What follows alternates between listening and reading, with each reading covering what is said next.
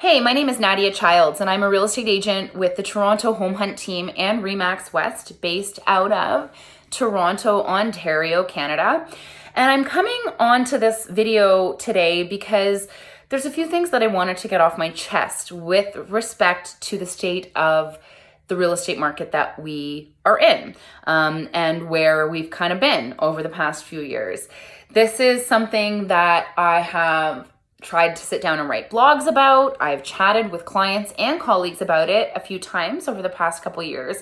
But this morning, I'm like shaking. I'm so frustrated.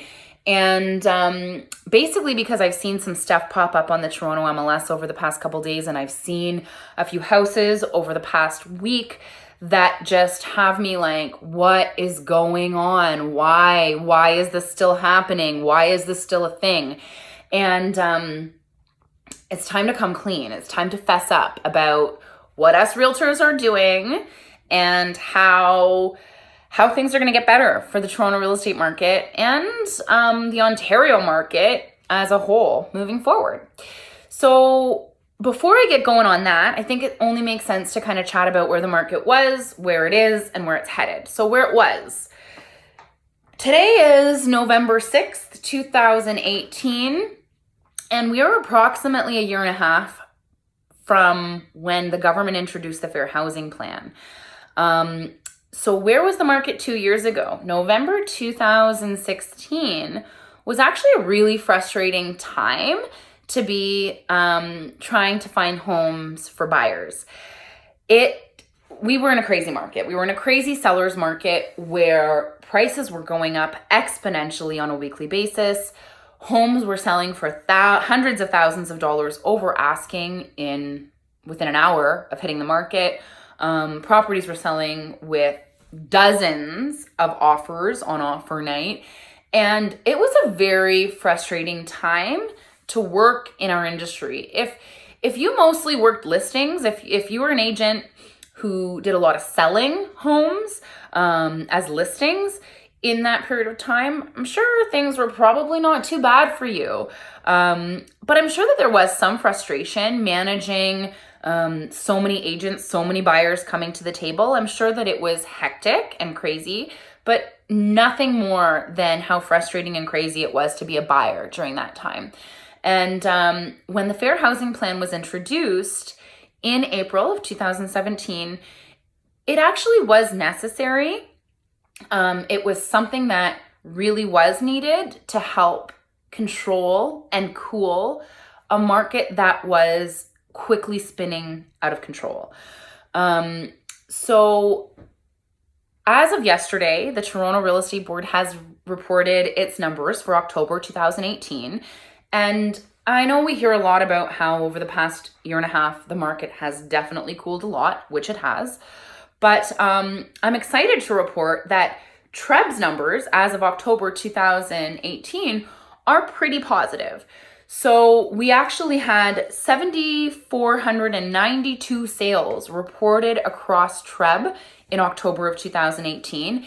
And seasonally adjusted year over year, that actually is a 1% decrease to the number of sales we saw in October of 2017.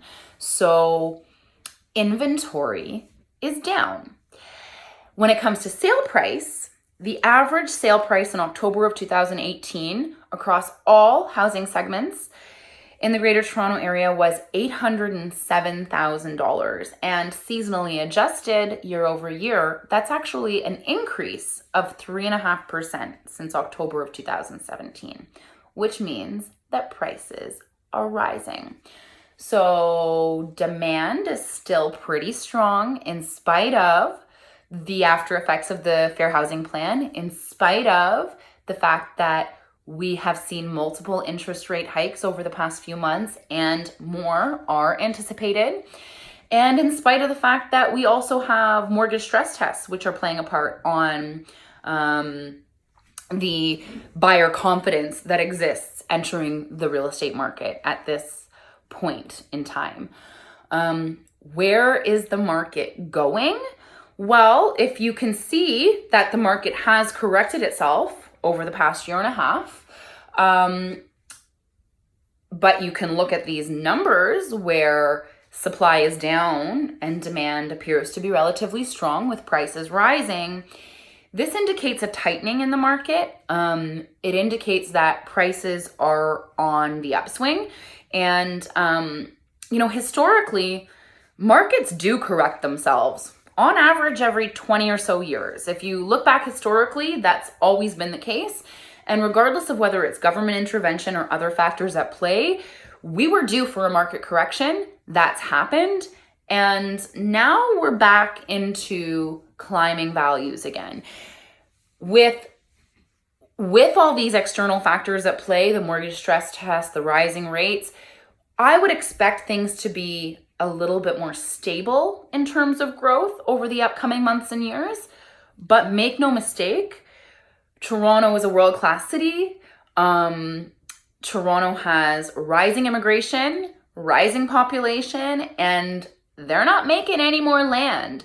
So basically what we can expect is that the market will continue to grow and prices will continue to increase into the foreseeable future. So that's where the market was, where the market's headed, and we also talked about where the market is. And where the market is, again, right now, we are in a corrected, or as I like to refer to it, a balanced market. And balance is good, right? Balance means win, win, win. Sellers do well, buyers can get into the market, buyers can find homes, and realtors can do their jobs effectively, helping both buyers and sellers. It's a beautiful thing. Balance is a beautiful thing. But where we were previously was not a beautiful thing. And my fear is that as we move into a tightening market, we're going to see the same things happen over again. And I don't want to see that happen. So that's where my frustrations kind of tie into this conversation a little bit. And I'm not just here to rant. I think it's important that in addition to kind of fessing up about the frustrations and owning realtors' part in the frustration, I also want to kind of add some value to this recording and share my strategies for success in a balanced market, which is what we're in. So, what is it? What is it that's driving me crazy? As someone who's been selling homes in the GTA for almost 6 years and supporting teams for longer, it's something that has been happening for as long as I can remember working in this industry, and it's a practice that has to stop, and that is underpricing. I can't stand it. It drives me crazy. And I will first admit that I have actually never underpriced a property in all the years that I've been working in this industry and all the houses that I've sold. I have never had to resort to gimmicks to get a house sold. But this strategy of underpricing properties has become so commonplace, so the norm, that if you ask any buyer in the GTA who has tried to purchase a home in the past 3 to 5 years, I would guarantee that almost 100% of them would say a list price means absolutely nothing when it comes to buying a home in the Greater Toronto Area. And that is not a good thing. The market we were in, the crazy sellers market that desperately needed government intervention, that market, that's a breeding ground. It's a breeding ground for unethical behavior. It's a breeding ground for market gimmicks. And it creates the snowball effect, right? When we feed into the lack of supply by underpricing properties and creating this hysteric environment where people feel like they can't get a house without bidding some crazy number, we're really just fueling that snowball effect where things become out of control at a crazy pace. And that's where we were. That's what happened. And I really don't want to see that happen again. So we've all seen it, right? A house is like worth $1 million and the agent prices it at $799. What's the idea behind that? I don't know where it came from, to be completely honest with you. Maybe my gut says that it was something that agents did, selling agents did, in order to make themselves look better. I don't know if it's something that like, oh, I sold it for 150% of asking, so I can pat myself on the back and I look like the best agent in the neighborhood, so maybe it'll result in more listings or more business for me in the future. I don't know, but what I do know is that in a seller's market, which is what we were in, demand is high. Buyers are out there. Buyers are out there regardless of the price you pick. So why do we have to resort to these tactics, these gimmicks of pricing very low? And the past few days in particular, it's something that has been so evident to me because I've actually seen several homes pop up on the MLS in the past couple weeks that were drastically underpriced.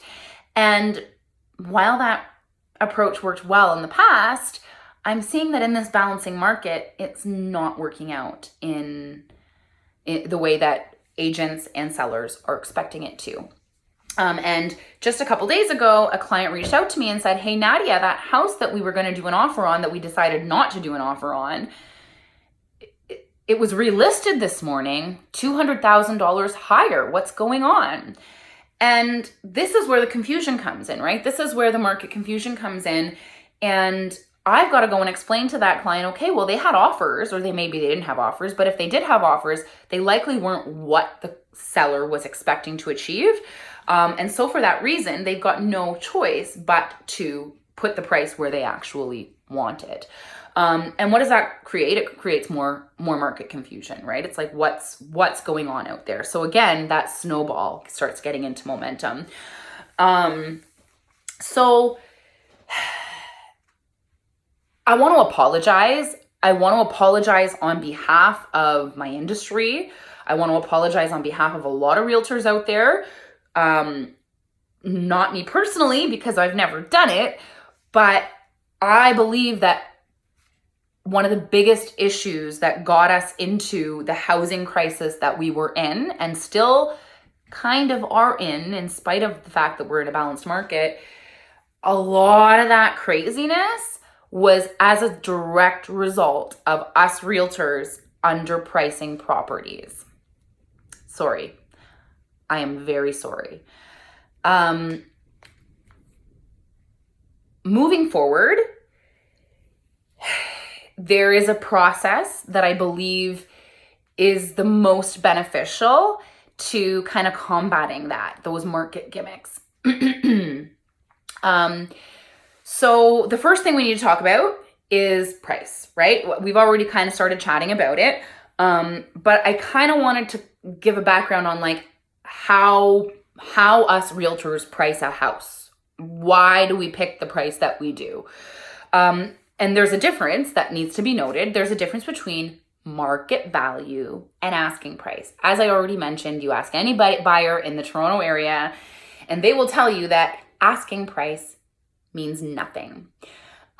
So market value, how do we establish market value and how does that relate to the asking price? The first thing I do when I take a listing is I establish what I believe the fair market value of that home is. How do we do that? Well, we look at comparable properties.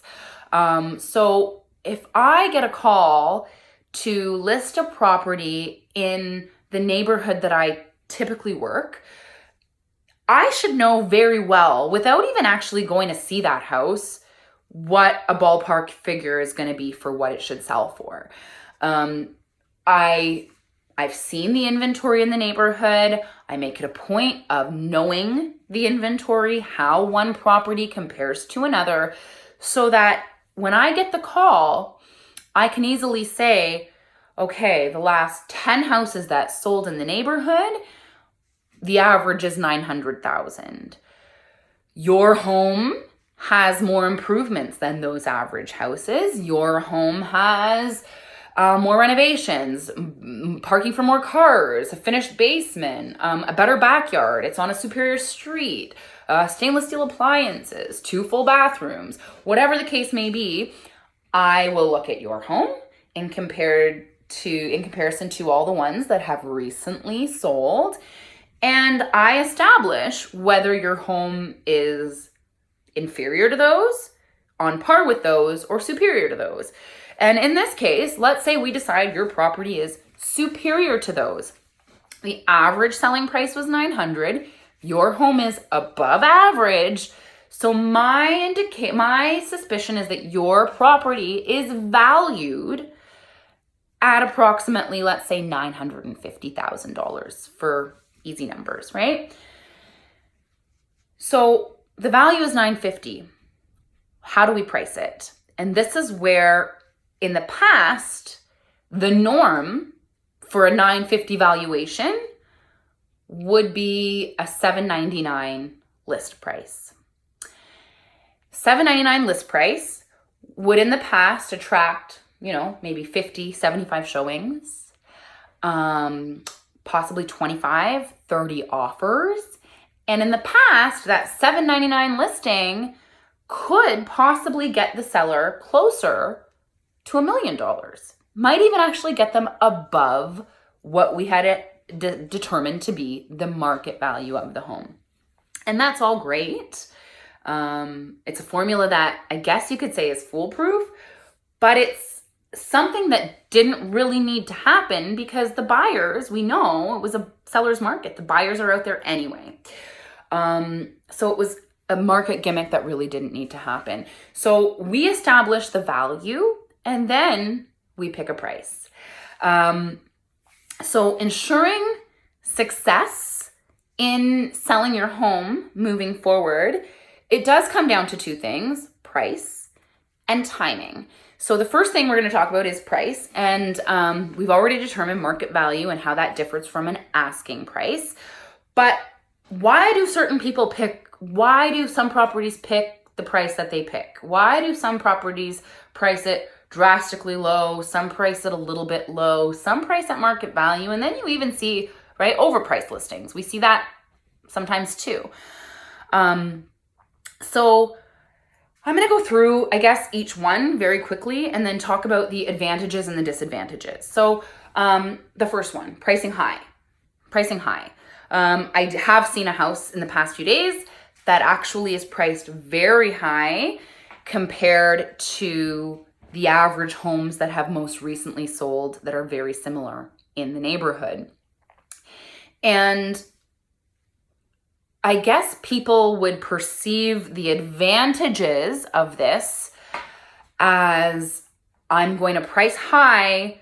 So we established the value at $950. I'm going to price high at $999 because I assume that everybody's looking to get a deal. So most people will come to the table and bid lower than my asking price. And that will actually end up negotiating to around true market value, $950.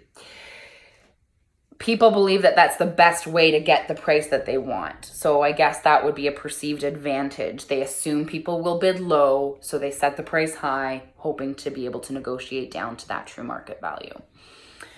Unfortunately, we all know that a first impression is a lasting impression. And unfortunately, a lot of times when you list high, you just seem overpriced. You just seem unmotivated. You seem like a difficult seller to work with. And the number of people who are likely going to come and view your home has significantly dropped. So when you price high, you are not hitting the ground with a strong first impression. You're not hitting the ground running. And if your marketing strategy is not executed flawlessly, I can guarantee you that that property is going to sit on the market untouched, very few showings, and eventually will need to either be terminated, will expire, or needs a price reduction before it will sell. So advantages and disadvantages of pricing high. Then we get into my pet peeve, pricing low. Advantages, again, perceived advantages, okay? So we all know the formula and how it's worked in the past. Property is valued at $950. We put an asking price of $799. We get a lot of views online because all of a sudden we know we have a property that is listed considerably lower than what the market value is in that neighborhood. Oh, we might be able to get a deal. Let's go look at that house. So we get more eyes, we get more people looking at the listing online, we get more people coming out to view it, we get more traffic through our open house. And the idea is that that results in more offers, which drives the price up. So at $799, let's say, for example, we had 75 showings, it results in 20 offers, and we get the price up to $975. So we actually did better than what we had anticipated market value to be. Win-win, right? What I'm telling you, however, is that there's actually those advantages. They might have been more prevalent in a seller's market, more likely to occur the way that I just said it would play out. But in a balancing market, that doesn't always work. So the disadvantages, we list at $799 when the market value is $950. We get 75 showings, but only 30 of them can afford $950,000. The rest have a max budget of $825. So we get offers on offer night, and some of them are like at asking $799.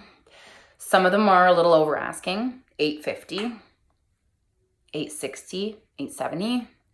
And then we get a couple that are really good offers. They're like the best of the cream of the crop of the 7 offers we got. And they're like, say, $910, $920. Okay, we're close to what we established the real market value is, but we haven't necessarily achieved it. So what I'm telling you is that while you're attracting more eyes and more buyers, the quantity of them has increased. The quality of them has not increased. If I'm paying an agent a lot of money to sell my house, I would much prefer to see them using their time to show the property to qualified buyers, market to find more qualified buyers, hold open houses and meet qualified buyers and tour them the homes and exchange emails with their agents and negotiate with those people, than waste precious hours navigating through buyers and their agents who do not have the financial means to pay what I am willing to accept for the sale of my house. Okay. So the disadvantages is that while you're attracting buyers, you're not attracting the qualified buyers. And then it goes further, because this is what I'm seeing happening right now. You pick the low price, and then, like I said, you get offers, but you don't get the offer you wanted. Now what? Now what are you doing? And this is what we're seeing. We're seeing a listing on the market for 7 days with a set offer date. They don't get the offers that they wanted, or they don't get offers at all. Who knows? So they terminate the listing and they relist it at the true market value. But here's the problem with that, is that, like we already said, you only get one chance to make a first impression, right? And in this case, you made a poor one. You misled the market into thinking that they were coming out to buy something at a certain valuation. And now you're playing more games because you didn't get what you want, so you're jacking the price up. And now anybody who's already seen that house are going to be like, well, why? What happened? Like, are the sellers unmotivated? What's going on? People who haven't seen the property before, haven't actually walked through it, might be like, oh, well, they must be unreasonable sellers. We're not even going to waste our time looking at that. A lot of things can happen, right? In that process of not getting what you want and jacking the price up, it turns a lot of people off. And if you think that buyers are stupid, they're not. They're becoming more and more educated. And now sales data and listing history is now public. So this game that we're playing, it's not going to work out in everybody's favor for very much longer, because the public are too smart for this crap. So that's the pricing low, and that's why it drives me crazy. And then the third strategy, which I believe is the best strategy for success in a balancing market, but in any market, buyer market, seller market, balancing market, do this and it will not fail. Price the property at fair market value. So if you establish your home to be worth about $950 because it's superior to all those ones that just sold for $900, let's price it at $949. Let's price it at $939 if we want to be a little aggressive, $929. But why? We're doing ourselves a disservice by even pricing that home at $899 when the buyers who come out to look at a house that's priced at $899 are buyers that can afford $900,000, maybe $920, $930 if they're, if they can tap out some of their RSPs, or if they've got parents that are willing to help them, or whatever the case may be, right? But that is not commonplace. Usually when we set clients up on a search on the MLS, the first thing we go over is budget. If you're not willing to pay more than $900,000 for a home, you're not getting shown properties that are worth $950. It's not the right approach. So I really believe that by pricing it at fair market value, there's no gimmicks, there's no games. I really believe that in this world, if you want something, you have to ask for it. So if I want $950 for my home, I shouldn't ask for something much lower. If I want $950 for my home, I shouldn't ask for something much higher. While it might be nice to get much higher, it's not really the right approach. And then what's amazing is that while you might not get the number of views you would have got at the $799 price, what I can guarantee you is that every one of those buyers that comes in to look is a qualified buyer. They have the means to afford that home. And that's when the second part of the equation comes in, which is timing, okay? So when we establish true market value, when we pick a list price that is reflective of true market value, the only other thing that we need is the time to market it to the right audience.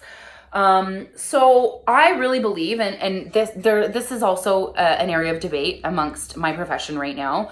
You guys have seen probably properties that have offers can come anytime, first come, first serve mentality, or a strict offer date saying no, absolutely no offers to be reviewed until such and such a date at such and such a time. In essence, a bidding war. Or what we're also seeing is offers will be accepted on such and such a date. However, the seller reserves the right to review a preemptive offer or a bully offer. Okay, so if you don't know what a bully offer is an offer that comes in before the set offer date that typically acts as a bully. The buyer wants to bully the seller with a good offer to not wait until offer night. Just take my offer now. It allows them to, level the playing field, I guess, or they get an advantage because they know that they're not going to be against all those other people on offer night. They're quick to the gate. They're first at the gate, right? But there's disadvantages and advantages to that too. So let's say you price at $799 with an offer date and you get a bully offer that comes in. And the bully offer on the second day you're on the market is $875. So it's like almost $100,000 over asking. That's great, right? As a seller, you might be concerned right now. This is when you're like, okay, well, this is a really good offer. I want to take it, because once you see that money in front of you, it's like, whoa, it's hard to turn it down, right? But there's also that fear that what if I take this offer and I could have had 15 people show up on offer night and I could have gotten more money. That fear of the unknown occurs a lot when it comes to preemptive or bully offers. And it also comes with taking offers at any time, but negotiating with that first person to the plate. You go on the market and that first person comes and you negotiate with them and you're sold. But what if we didn't even get through a public open house? What if there were buyers out there that wanted to come see this house and we didn't give them the chance? We could have had more money. So timing is really important because it kind of has a lot to do with that unknown. The market value, we know that. The timing, we can't always control. We don't know when the buyers are going to bring the offers, whether we have a set offer date or not. So controlling that factor of the equation is really the second area of success. It's how you can ensure your success moving forward. And I'm here to tell you that regardless of whether or not you like or dislike the first come, first serve mentality, the best approach is actually to set an offer date. And I typically recommend 5 to 7 business days of it being on the market, exposed to the right amount of people and the right type of buyers. And I also believe that it is very, very important to get through at least one public open house. A lot of agents will disagree with me on this. A lot of agents believe that we only do open houses to get leads. We might meet other buyers, and so we can do future business with those buyers. A lot of the public actually also believes that agents do open houses for themselves. It's not about selling the house, it's about promoting the realtor, which was the case and is the case some of the time. But we are in the age of DIY, right? We are in the age of 98% of buyers looking for their homes on the internet. And many of them choosing not to involve their real estate agent until they're actually ready to write an offer. So if I don't do a public open house, I'm limiting the amount of people that come through are going to see that house. I really believe that a public open house where people can, on their own schedule, not feel rushed, have the time to come out and view it, is absolutely necessary. I've actually had, in the past 6 months, I've had listings that have sold to people who have walked through the open house. People who weren't looking in that neighborhood previously and came to the open house and fell in love and wanted to do an offer. So just be aware that if you sell your house on day 1 or day 2 for over asking or not, or well above asking or not, or even above market value or not, be aware that there's always going to be that unknown unless you've gone through, like I said, 4 or 5 days on the market or a public open house. Typically what I like to do is list on a Wednesday, agents open house on a Thursday, public open house Saturday and Sunday, leave a day Monday for people to get their ducks in a row. Anybody who came to the open house on the weekend can invite their realtor to come take a look at it if they want on the Monday, go to the bank, get their deposit check ready, and then offers anytime, Tuesday, right? So, but with that, we cannot look at bully offers. It's absolutely no bully offers. And we actually have the seller sign a direction to that effect so that if some weasel tries to squeeze their way in there and bring me a bully offer, sorry, that offer doesn't exist to me. And it certainly doesn't exist to my seller until our set offer night. And that evens the playing field, right? It allows everybody the opportunity to see the house. It allows the realtor and the seller the amount of time necessary to fully roll out their marketing plan and put that property in front of the right eyes. And ultimately, it's gonna get you what you want. And let's say, back to the other situation, so let's say we're priced at $949. We set a strict offer date. We do our public open house. We get lots of interest. But Tuesday comes and we don't get any offers. The good news is that we don't have to do anything with our price, right? It might take a couple extra days, that timing aspect, to get the people in to view it, the people that are the qualified buyers in to view it. But it's likely not going to take an extra 3 or 4 weeks. It's not going to require these market gimmicks of flipping the price up and down, terminating, relisting, another open house, another offer date. It doesn't do all of that. So we're good right where we are. And now the job is to just continue marketing and continue pushing and continue negotiating with buyers that do come to the table. And given that situation, I can promise you in this market, in this balancing market, it will work. It will work every single time.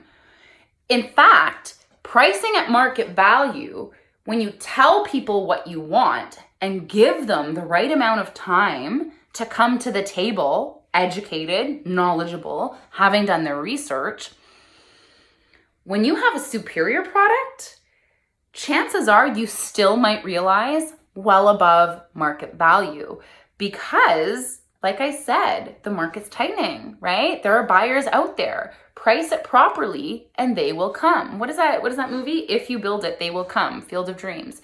If you do it properly, chances are you're going to see a lot more success. So those are my strategies, guys. That's it. Pricing, underpricing is the devil. It is not serving our industry. It is not serving the public. And it is going to put us right back into that snowball effect where we need these government interventions to correct and fix the market. And we don't want that, right? We don't want to be in the same position in a year and a half as we were 2 years ago. It wasn't a fun place to be. Balance is much better. And pricing and timing, regardless, like I said, of the market we're in, seller's market, buyer's market, or balanced market, pick the right price, give yourself the time, and watch the success follow. So that's it. Again, I just wanted to say sorry, apologize on behalf of all the realtors who have done this in the past. It's not helping our industry. I do not do that. I would never do that. And I have hundreds of stories of properties that I have been involved with that prove that point exactly, that pricing and timing are everything in our industry. And I welcome your feedback. I welcome your feedback about this topic because I feel that they say that there are 3 things that Canadians love to talk about. One is hockey, one is the weather, and the third is real estate. And I know people have feelings about this. I know that there are friends and family of mine that are terrified of getting into this industry because of all that crap that we've been in. I know there are a lot of family and friends out there who do not trust realtors because of the crap and the gimmicks that we've been going on with for the past several years. But I believe in transparency. I believe in operating ethically. And I believe that knowledge is power. You know, sales data is now public. The Competition Bureau won against TREB, and as the public becomes more educated and knowledgeable, they're not going to put up with this crap anymore. The times are changing. The cream of the crop of agents will rise to the top. The ones who do it well, the ones who do it ethically, the ones who operate with transparency and their clients' best interests in mind versus, I don't know, some notch on their belt to say that they've sold so many houses for way above asking price. I mean, that's crap. There's a reason why the public doesn't trust us, and it's that crap.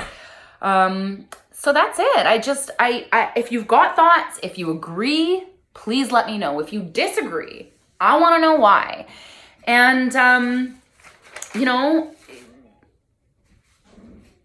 that's about it. If you know someone who's thinking about selling and you think that they would appreciate hearing this, I encourage you to share it with them. If you're a seller who's currently on the market, and you feel that your pricing strategy is not effective, maybe show this video to your realtor. Maybe have your realtor give me a call. Either way, I couldn't sit back and just like have this happen all the time anymore. I can tell you properties that I've seen over the past week in the same neighborhood, some priced very low, some priced very high, and some priced at market value. And the low ones and the high ones, they're still sitting there. the ones at market value sold in a day to basically the first person who walked through the door. So yeah, put what you want out into the universe and the universe will have your back. If you want a certain price, tell the truth about it, give yourself the time, and you will see success. That's about all I've got for today. Thank you so much for watching.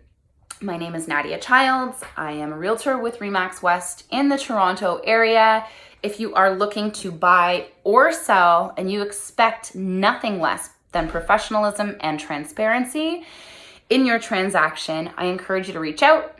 My phone number is 416-993-2214, or you can find me on the web on Facebook, Instagram, or online, torontohomehunt.com. Thanks so much for watching. Price those properties right. Have a great day.